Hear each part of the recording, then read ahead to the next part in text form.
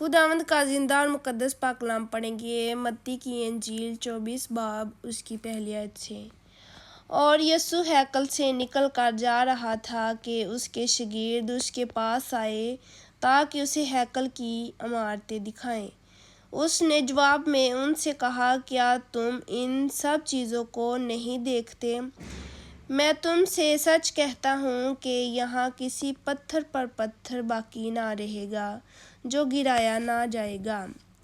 اور جب وہ زیتون کے پہاڑ پر بیٹھا تھا، اس کے شاگردوں نے الگ اس کے پاس آ کر کہا، ہم کو بتا کہ یہ باتیں کب ہوں گی اور تیرے آنے اور دنیا کے آخر ہونے کا نشان کیا ہوگا؟ یسوع نے جواب میں ان سے کہا کہ خبردار کوئی تم کو گمراہ نہ کر دے، کیونکہ بہتیرے میرے نام سے آئیں گے اور کہیں گے میں مسیح ہوں، اور بہت سے لوگوں کو گمراہ کریں گے، اور تم لڑائیاں اور لڑائیوں کی افواہ سنو گے۔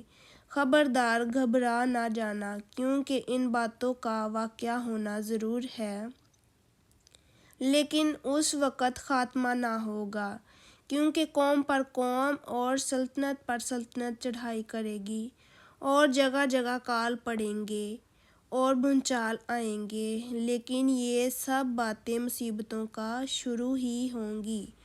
اس وقت لوگ تم کو عزیزہ دینے کے لیے پکڑوائیں گے اور تم کو قتل کریں گے، اور میرے نام کی خاطر سب قومیں تم سے عداوت رکھیں گی، اور اس وقت بہتیرے ٹھوکر کھائیں گے اور ایک دوسرے کو پکڑوائیں گے اور ایک دوسرے سے عداوت رکھیں گے، اور بہت سے جھوٹے نبی اٹھ کھڑے ہوں گے اور بہتیروں کو گمراہ کریں گے، اور بے دینی کے بڑھ جانے سے بہتیروں کی محبت ٹھنڈی پڑ جائے گی، مگر جو آخر تک برداشت کرے گا وہ نجات پائے گا۔ اور بادشاہی کی اس خوشخبری کی منادی تمام دنیا میں ہوگی تاکہ سب قوموں کے لیے گواہی ہو، تب خاتمہ ہوگا۔ پس جب تم اس جاڑنے والی مکروہ چیز کو جس کا ذکر دانیئیل نبی کی معرفت ہوا مقدس مقام میں کھڑا ہوا دیکھو، پڑھنے والا سمجھ لے، تو جو یہودیہ میں ہوں وہ پہاڑوں پر بھاگ جائیں، جو کوٹھے پر ہو وہ اپنے گھر کا اسباب لینے کو نیچے نہ اترے، اور جو کھیت میں ہو وہ اپنا کپڑا لینے کو پیچھے نہ لوٹے، مگر افسوس ان پر جو ان دنوں میں حاملہ ہوں اور جو دودھ پلاتی ہوں۔ پس دعا کرو کہ تم کو جاڑوں میں یا سبت کے دن بھاگنا نہ پڑے، کیونکہ اس وقت ایسی بڑی مصیبت ہوگی کہ دنیا کے شروع سے نہ اب تک ہوئی نہ کبھی ہوگی، اور اگر وہ دن گھٹائے نہ جاتے تو کوئی بشر نہ بچتا، مگر برگزیدوں کی خاطر وہ دن گھٹائے جائیں گے۔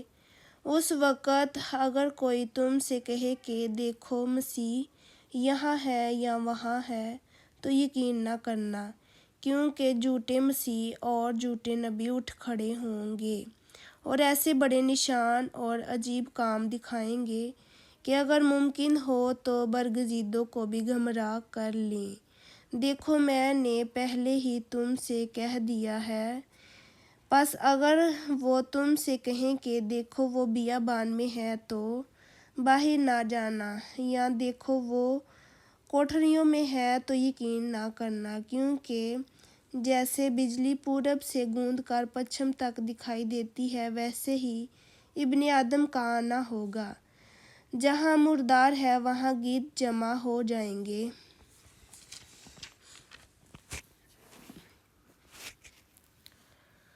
اور فوراً ان دنوں کی مصیبت کے بعد سورج تاریک ہو جائے گا اور چاند اپنی روشنی نہ دے گا، اور ستارے آسمان سے گریں گے اور آسمانوں کی قوتیں ہلائی جائیں گی، اور اس وقت ابن آدم کا نشان آسمان پر دکھائی دے گا، اور اس وقت زمین کی سب قومیں چھاتی پیٹیں گی اور ابن آدم کو بڑی قدرت اور جلال کے ساتھ آسمان کے بادلوں پر آتے دیکھیں گی، اور وہ نرسنگھے کی بڑی آواز کے ساتھ اپنے فرشتوں کو بھیجے گا، اور وہ اس کے برگزیدوں کو چاروں طرف سے آسمان کے اس کنارے سے اس کنارے تک جمع کریں گے۔ اب انجیر کے درخت سے ایک تمثیل سیکھو۔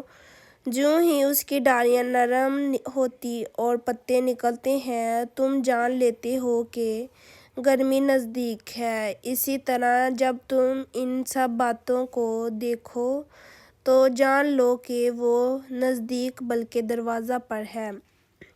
میں تم سے سچ کہتا ہوں کہ جب تک یہ باتیں نہ ہو لیں یہ نسل ہرگز تمام نہ ہوگی۔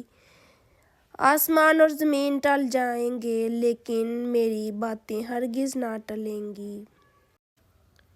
لیکن اس دن اور اس گھڑی کی بابت کوئی نہیں جانتا، نہ آسمان کے فرشتے نہ بیٹا مگر صرف باپ۔ جیسا نوح کے دنوں میں ہوا ویسا ہی ابن آدم کے آنے کے وقت ہوگا، کیونکہ جس طرح طوفان سے پہلے کے دنوں میں لوگ کھاتے پیتے اور بیاہ شادی کرتے تھے، اس دن تک کہ نوح کشتی میں داخل ہوا، اور جب تک طوفان آ کر ان سب کو بہا نہ لے گیا ان کو خبر نہ ہوئی، اسی طرح ابن آدم کا آنا ہوگا۔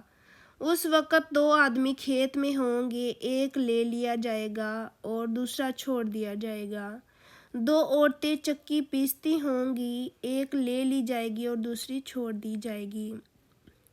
پس جاگتے رہو کیونکہ تم نہیں جانتے کہ تمہارا خداوند کس دن آئے گا۔ لیکن یہ جان رکھو کہ اگر گھر کے مالک کو معلوم ہوتا کہ چور رات کے کون سے پہر آئے گا تو جاگتا رہتا اور اپنے گھر میں نقب نہ لگانے دیتا۔ اس لیے تم بھی تیار رہو کیونکہ جس گھڑی تم کو گمان بھی نہ ہوگا ابن آدم آ جائے گا۔ پس وہ دیانتدار اور عقل مند نوکر کون سا ہے جسے مالک نے اپنے نوکر چاکروں پر مقرر کیا تاکہ وقت پر ان کو کھانا دے۔ مبارک ہے وہ نوکر جسے اس کا مالک آ کر ایسا ہی کرتے پائے۔ میں تم سے سچ کہتا ہوں کہ وہ اسے اپنے سارے مال کا مختار کر دے گا۔ لیکن اگر وہ خراب نوکر اپنے دل میں یہ کہہ کر کہ میرے مالک کے آنے میں دیر ہے، اپنے ہم خدمتوں کو مارنا شروع کرے اور شرابیوں کے ساتھ کھائے پیے، تو اس نوکر کا مالک ایسے دن کہ وہ اس کی راہ نہ دیکھتا ہو اور ایسی گھڑی کہ وہ نہ جانتا ہو آ موجود ہوگا، اور خوب کوڑے لگا کر اس کو ریاکاروں میں شامل کرے گا، وہاں رونا اور دانت پیسنا ہوگا۔ آمین۔ خداوند کا زندہ اور مقدس پاک کلام پڑھا اور سنا جانا ہم سب کے لیے باعث برکت ہو۔ خداوند کا شکر ہو۔ آمین۔